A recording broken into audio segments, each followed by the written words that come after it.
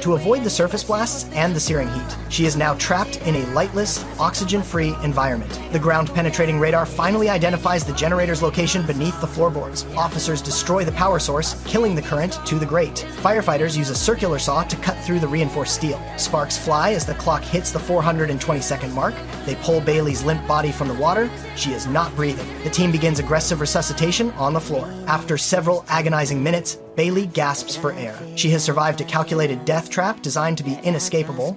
Angela's mother is struck in the head during a targeted assault. The attacker leaves a clear message. Her son is running out of time. Angela, a detective, brings her 3 brothers to the station for interrogation. Damien is a priest. Cruz is a recovering addict. Benny is a high-stakes financial trader. Angela discards family loyalty and treats them as suspects. She runs a credit report on each of them to find the motive. This financial audit strips away their secrets. Cruz is clean, maintaining his sobriety for over a year. Damien's records show no irregularities. Benny is the outlier. The report reveals a massive financial collapse. Benny bought stocks on a margin that went south. He faced a margin call he could not meet. He lost $500,000 and went to a loan shark to cover the gap. The lender did not get his money back on time, so he sent a collector to attack the mother as a violent warning. In the interrogation room, Benny breaks down and admits he is the reason their mother is in the hospital. Angela does not offer comfort. She demands the lender's name and location. She immediately leads a tactical raid on Hammerhead Securities. They corner the debt collector responsible for the assault. Angela executes the arrest for aggravated assault and elder abuse. She stands over the lender and delivers a final fact: never target a family of cops. The operation ends with the brothers in shock and the criminals in handcuffs.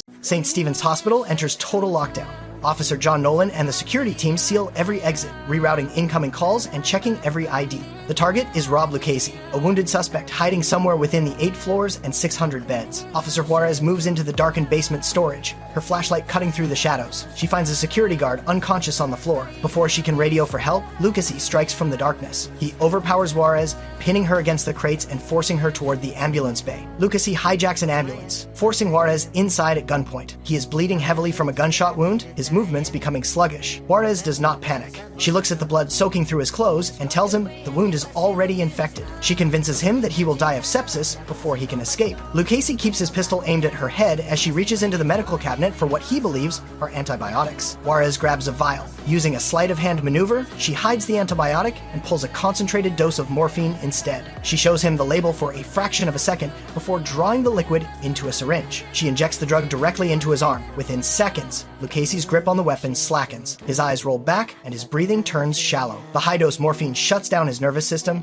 and he collapses onto the floor. Juarez secures the firearm and radios the arrest. The rookie officer ends the manhunt with a magic trick. Officer Tim Bradford completes a routine arrest, but the physical exertion triggers a sharp pain in his lower back. At the hospital, an X-ray reveals the cause. A bullet fragment from a shooting years ago has migrated and is now pressing directly against his spinal column. The doctor warns that any further movement could lead to permanent disability. Before the surgery can begin, a shooter is reported inside the hospital. Tim ignores medical advice and joins the search for the suspect. While moving through a hallway, the connection to his lower body severs, his legs give out, and he collapses onto the floor. He is completely paralyzed. The fragment has shifted deeper into his spinal cord, cutting off all sensation. Medical staff rush him into emergency laparoscopic surgery. The surgeon uses precision tools to navigate the narrow space around the spine, attempting to extract the metal shard before the damage becomes irreversible. The procedure is high stakes, as one slip could mean a lifetime in a wheelchair. Tim wakes up in the recovery ward. He feels a sharp ache in his legs, a signal that his nerves are still functioning. But the physical victory is followed by a cold reality. His girlfriend, Ashley, stands by his bed. She tells him she cannot live with the constant fear of his job.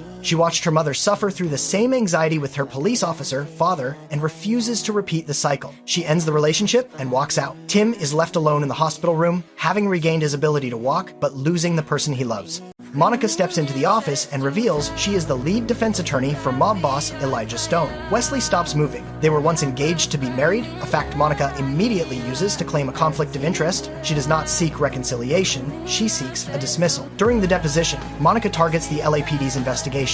She produces the station logs and points to a record of Wesley visiting an inmate named Aiden Merritt. She notes that Merritt was found dead in his cell the following morning. Monica looks at the court reporter and states that Wesley paid a hitman to execute the witness to protect his case. She characterizes the entire investigation as a series of illegal maneuvers. The LAPD logs, intended to track protocol, are turned into a record of corruption. The legal pressure forces the prosecution to falter. Due to the compromised evidence and the scandal surrounding Wesley's conduct, the charges against Elijah Stone are dropped. The mob boss is granted an immediate release. Outside the Hall of Justice, Elijah walks toward his waiting vehicle. He stops in front of Wesley and smiles. He tells Wesley that the botched investigation has granted him a 2-year window of total immunity. He mocks Wesley's failure and promises that the legal advisor is now the one under watch. Elijah enters his car and drives away, leaving Wesley standing in the dark, his reputation destroyed by the one person who knows his every move. Officer Nolan discovers a stack of charred cash inside a trash bin. Among the burning bills lies an analog tracking device. The technology is 10 years old. This device connects the money to a failed DEA sting from a decade ago. Agent Robert Buckley was undercover, targeting a trafficker named Winslow Harris.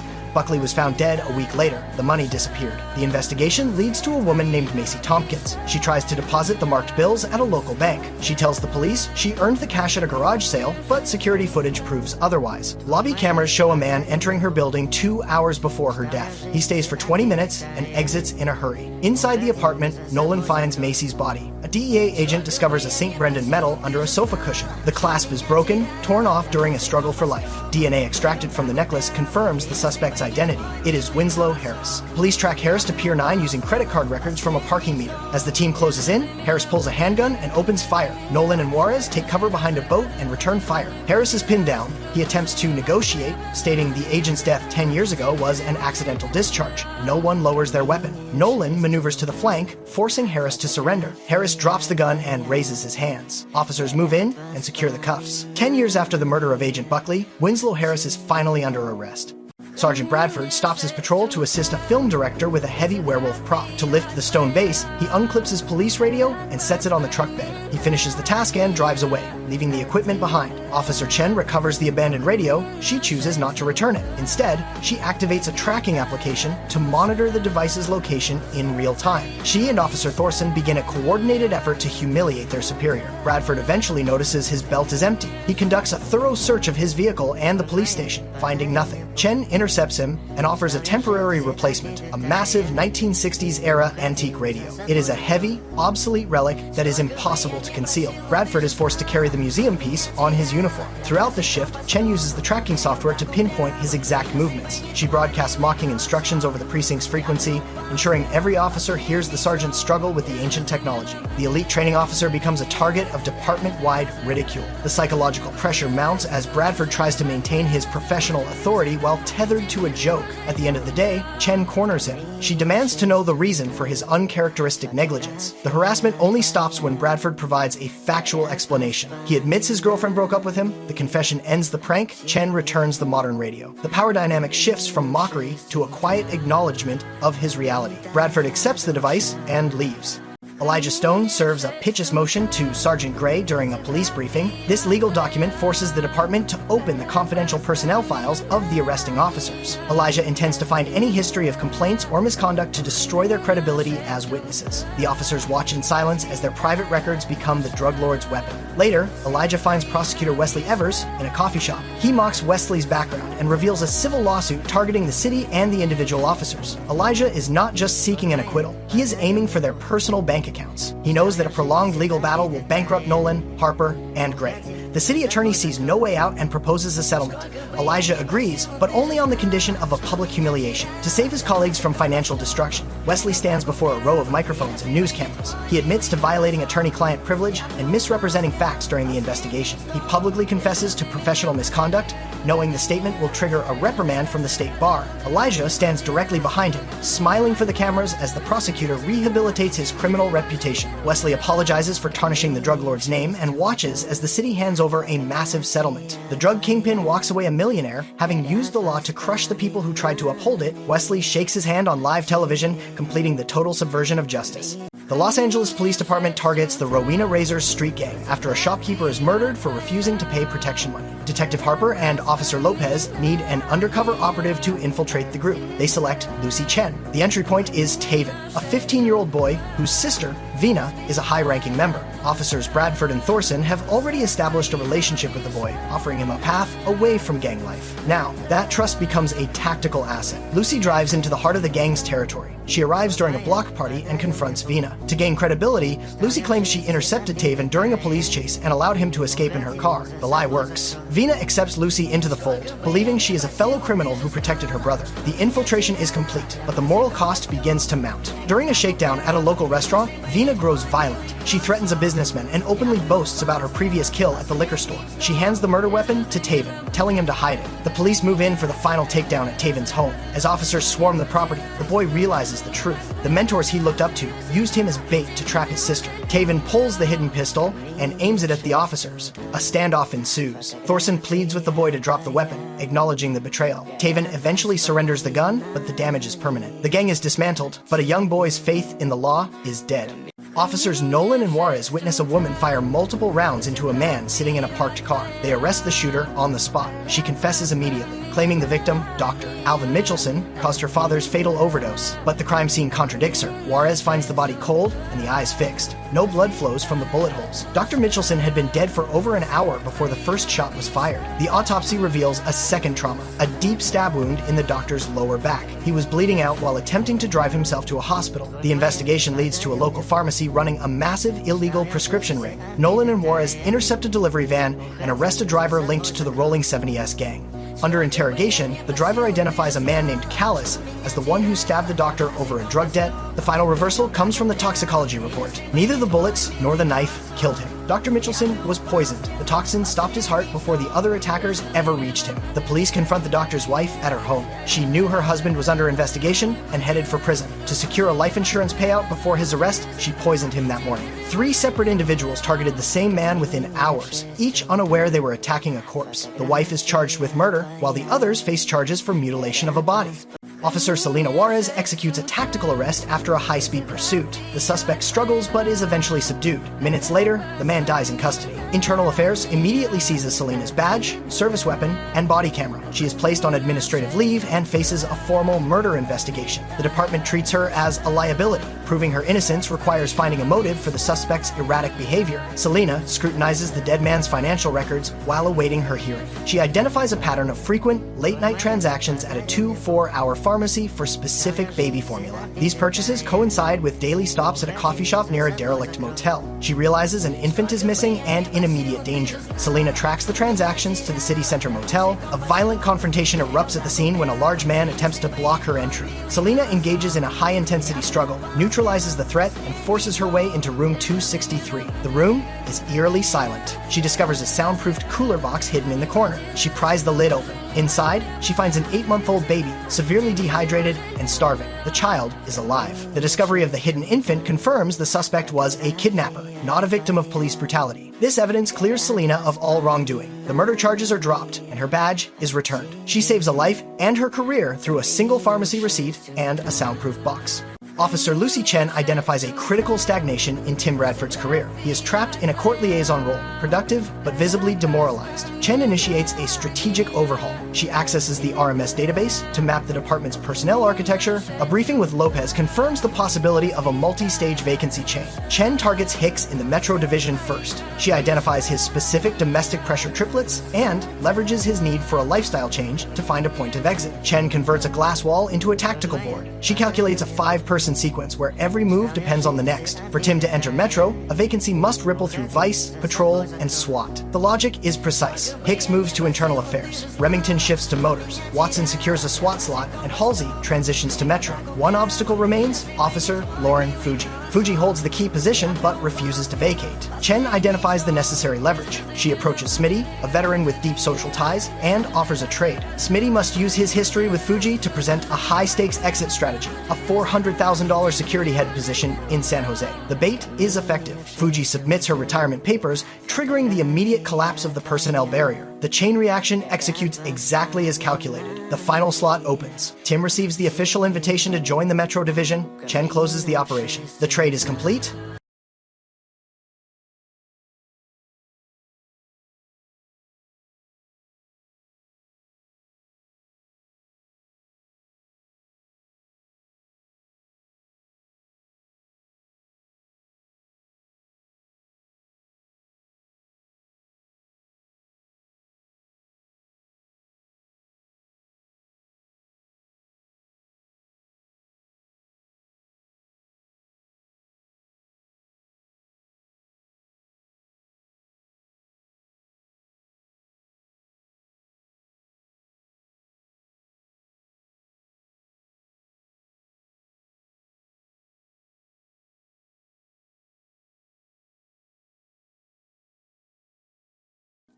Police discover a body inside a freezer in a storage unit after a power failure. The victim is identified as R.J. Cash, a career criminal and scam artist who targeted the elderly. Inside the storage unit, investigators find a massive collection of stolen antiques and grifted furniture. The medical examiner's report reveals the cause of death, a bilateral pulmonary embolism caused by the ingestion of metallic mercury. The poison acted over a long period, causing confusion and tremors before the final collapse. Detective Nolan visits Cash's last employer, an elderly woman named Beatrice. While questioning her, Nolan notices that Beatrice's current caregiver also suffers from visible hand tremors, a primary symptom of mercury poisoning. He runs Beatrice's background through the records management system. The search reveals that Beatrice worked at Mercy of St. Vincent's Hospital from 1996 to 2005. During that decade, 9 patients died of heavy metal poisoning while under her direct care. Nolan brings Beatrice into an interrogation room and presents these facts. He links the mercury found in the 9 hospital victims to the mercury that killed R.J. Cash. He informs her that her current caregiver is currently at the hospital being tested for the same toxin. Beatrice does not react with shock or denial. She maintains total composure as she listens to the evidence. She looks at the detective and thanks him for catching her. She admits she doesn't know why she keeps doing it, describing the murders as if she were watching someone else perform them. She is a serial poisoner who used her role as a caretaker to kill for over 20 years.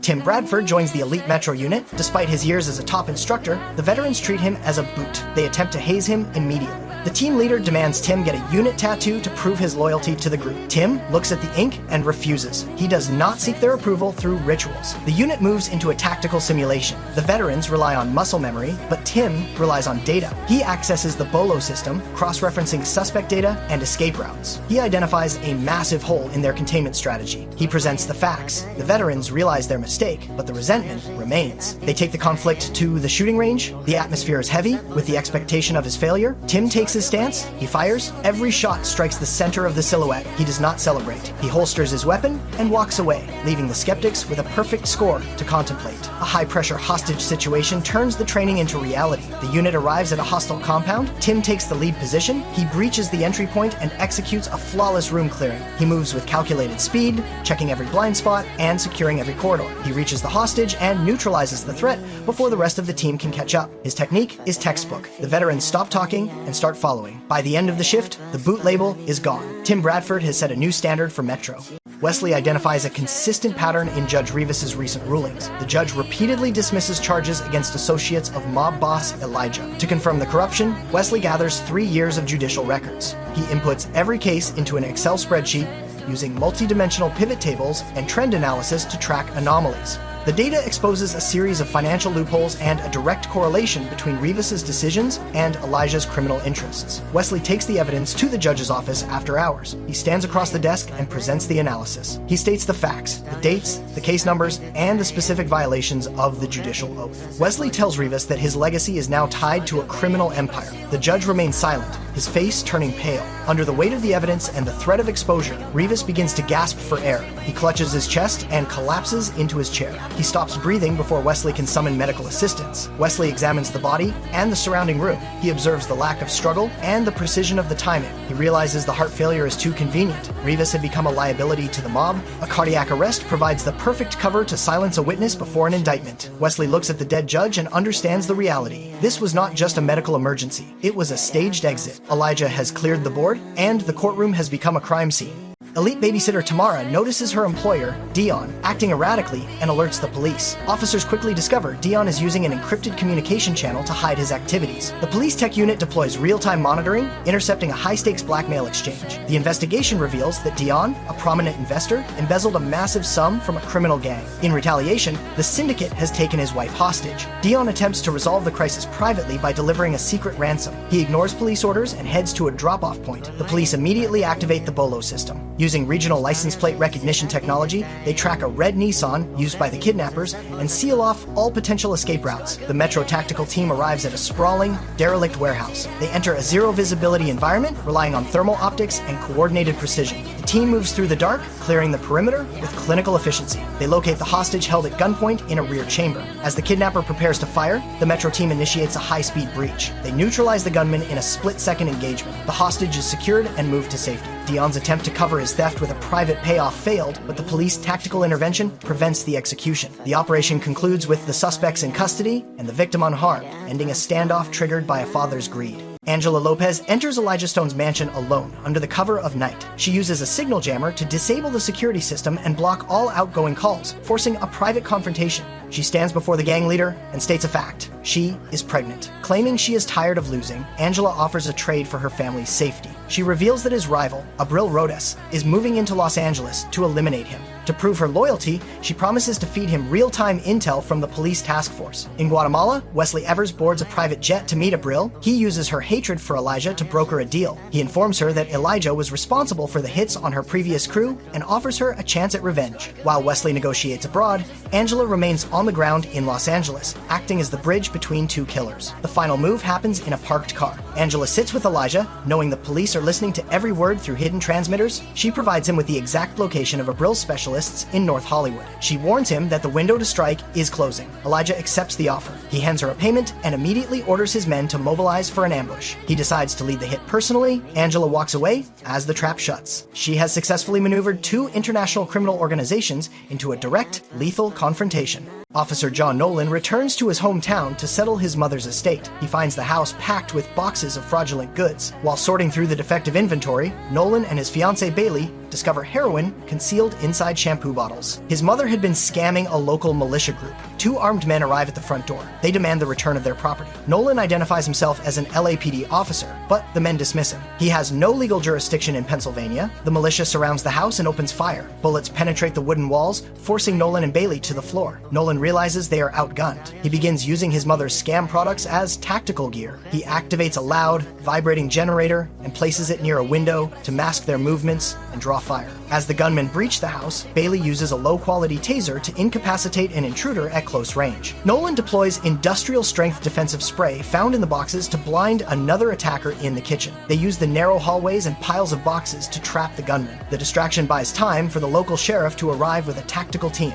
The militia members are forced to drop their weapons and surrender. Nolan hands the heroin over to the local authorities. He secures the scene and prepares to leave his mother's house for the last time. CDC issues an alert for 3 travelers arriving from Nigeria. They have been exposed to the Ebola virus and are now at large in Los Angeles. Police and CDC units track the final carrier, Robert Betts, to a public bus on Victory Boulevard. Officers Nolan and Juarez intercept the vehicle and block its path. They put on face shields and gloves before Nolan boards the bus. He locates Robert and orders him to step off the vehicle. Robert complies, maintaining he has done nothing wrong. On the sidewalk, a CDC doctor informs Robert of his exposure. Robert mentions his nose started running a short time ago. This symptom changes the protocol. The doctor determines that everyone on the bus is now a high-risk contact. She orders an immediate quarantine. Inside the bus, the passengers realize they are trapped. One man attempts to force the doors open and flee. Officer Juarez deploys her taser, neutralizing him instantly. The police order the driver to lock the doors. Hazmat teams arrive to escort the bus to St. Stephen's Hospital. The passengers watch from behind the glass as the area is cordoned off. Their commute has turned into a forced isolation. They are moved under armed guard to a containment unit, facing a 21-day wait for symptoms to appear.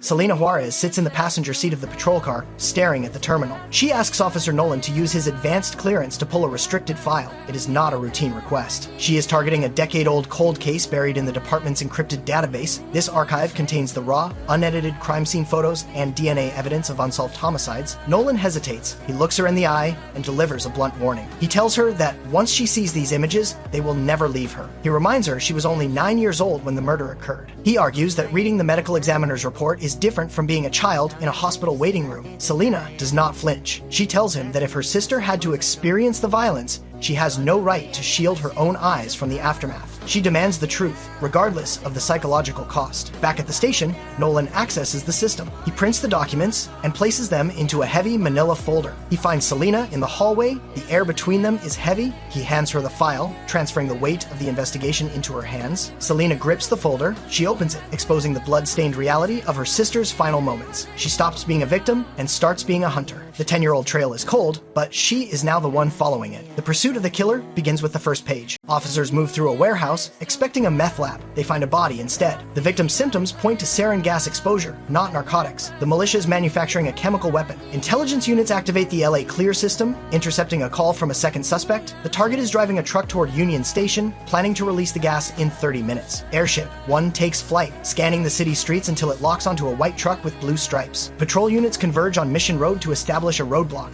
Officers deploy spike strips and pull gas masks from their trunks. They know a single leak or a stray bullet could kill everyone in the vicinity. The truck rounds the corner and screeches to a halt before the line of police cruisers. Sergeant Gray levels his sidearm as the SWAT team takes positions. Officer Nolan grabs the radio. He doesn't beg, he states the facts. He tells the driver that the truck is filled with nerve toxins and surrounded by officers in protective gear.